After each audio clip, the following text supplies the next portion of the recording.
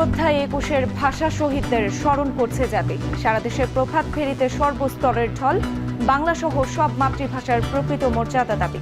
শহীদ ভাইরা যেভাবে আত্মত্যাগ করেছে ভাষার জন্য 1952 সালে, সেটা আমরা মন থেকে ধারণ করে আমি ভাষা দিবসে ফুলটা দিতে এসেছি। I think it's a great honor to sacrifice for your country. ২১-এর প্রথম প্রহরে ভাষা শহীদদের রাষ্ট্রপতি ও প্রধানমন্ত্রীর শ্রদ্ধা। মন্ত্রিপরিষদ সহ সংসদের বিরোধী দলের নেতাদেরও শ্রদ্ধা নিবেদন। কেন্দ্রীয় শহীদ মিনারে রাজনৈতিক দল সংগঠনের শ্রদ্ধা।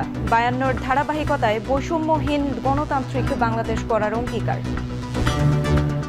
বৈষম্যহীন গণতান্ত্রিক বাংলাদেশ বিনির্মাণের লড়াই জাতীয় নাগরিক পার্টি এনসিপি চালিয়ে যাবে। জনগণের কল্যাণের জন্য আমরা কাজ করতে সক্ষম হব।